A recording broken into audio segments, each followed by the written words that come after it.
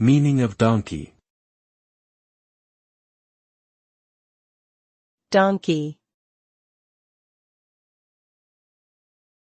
Donkey. Donkey. Donkey. Donkey refers to a domesticated animal belonging to the horse family, known for its long ears and gray coat. They are known for being hardworking, stubborn, and strong, making them popular for carrying heavy loads. In some cultures, they are considered a symbol of humility and patience. Donkeys are often used in farming and transportation, as well as for recreational purposes such as riding and racing. They are also raised for their meat and milk in certain parts of the world.